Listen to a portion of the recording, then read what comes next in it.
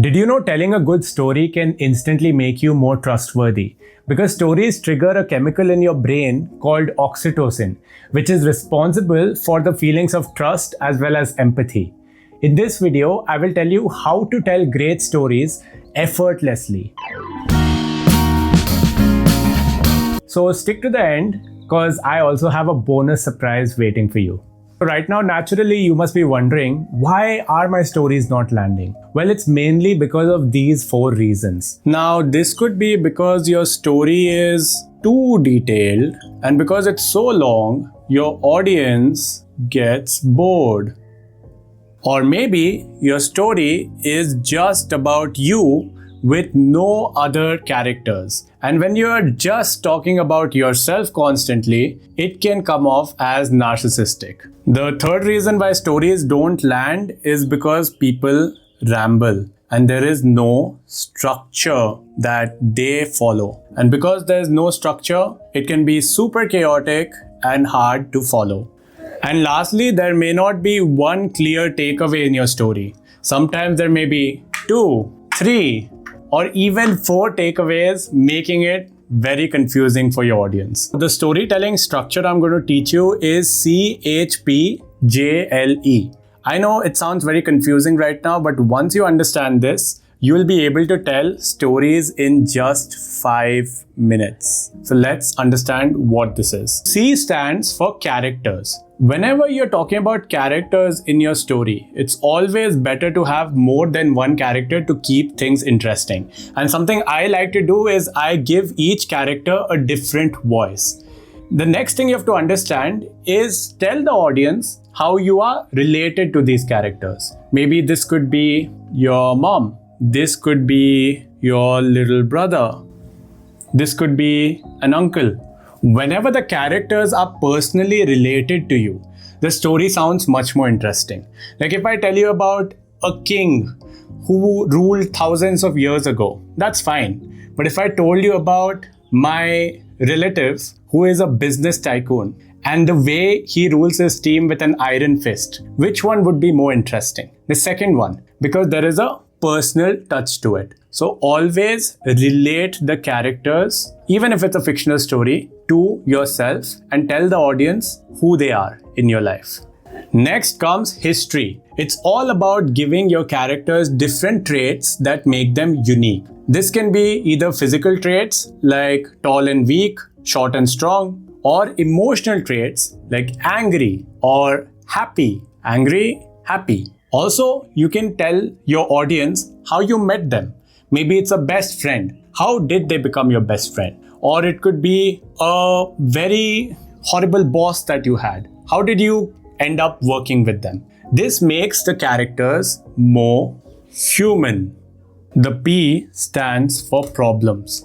Whenever you're telling a good story, you have to think to yourself, what are the vulnerable moments in this journey? It's hard to admit it, but I am sure there will be vulnerable moments in your journey. Let's say it was a fitness journey and you lost 40 kgs of weight.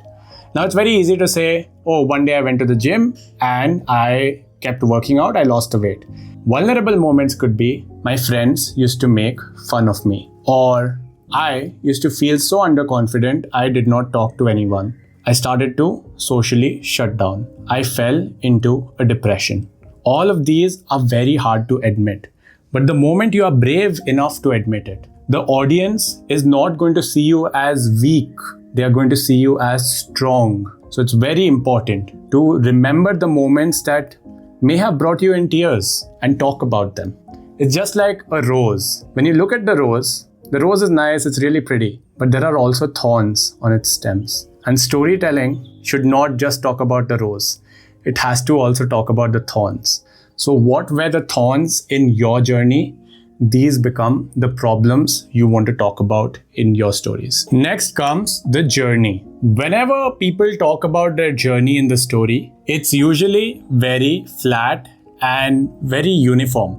So there was a low or a hardship they were going through, and suddenly everything is great. And this sort of story will be very boring to listen to. But what makes your story interesting is when you talk about the highs as well as the lows, just like this. After a high, suddenly comes a low, then comes another high, then a low. And eventually, if it's a happy story, you can end with a high, or if it's a sad story, you can end with a low. Now, where would you actually want to use this? Let's say you're giving a wedding speech and you're talking about how you met the groom. Ideally, in a wedding, you want a happy ending. So it'd be like, I'm so grateful I met this person and I'm so happy to be in their lives and wishing them a great marriage. This is a happy ending, but it's a funeral. Suddenly, it would be something like, I'm going to miss this person and they were a very significant part of my life. It makes me sad, but I hope they are in a better place. This is ending on a low. Depending on the context, you will either end on a high or a low.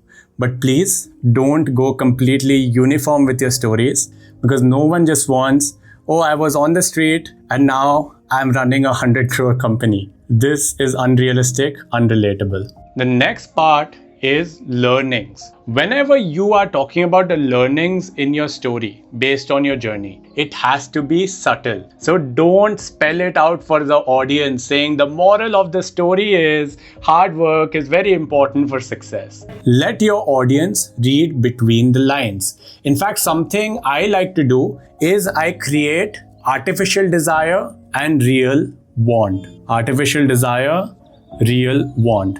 Let me give you an example. So the artificial desire is the character goes through this journey because they want to become really rich. They want to make a lot of money. The real desire is they actually want to be accepted and they think money will bring them that. And when money does not bring them acceptance, they finally understand what they really want. So this is a great way to talk about the learnings, but in a very subtle way instead of spelling it out for the audience. And of course, the last piece of this puzzle is emotions. Emotions ties the whole story together. Now over here, as the narrator, it's your choice. Do you want a funny story? Is it a sad story? Or is it something inspiring? That is my best inspiring face that I could draw. Or you could also mix and match. At some moments, the story can feel sad. At some moments, it can feel really ecstatic and happy. And it could also inspire. So decide what is the emotional tone. Sometimes what happens is stories are completely emotionally messy, and this becomes a problem. What do I mean by emotionally messy? Where one moment it is that the character is super happy and suddenly there is extreme sadness. It's all about balance. Like if I'm telling a funny story, I would keep the sad parts to a minimal. If I'm telling a sad story, I would keep the funny parts to the minimal. Otherwise, it will ruin the impact the story creates. The best way to practice this is first by telling your stories in front of the camera, then telling it to your friends and family, then taking the best stories from these instances into your presentations. This way, you have stories that will land with your audience. So the bonus tip I was talking about is to always build stories from your own personal experiences. Because when you do this, it's much easier for you to visualize the story and literally nobody else can replicate it because it's your own journey. So this means the audience is going to be really curious about what is going to happen next. So this is how you can create impactful stories in just 5 minutes with zero experience.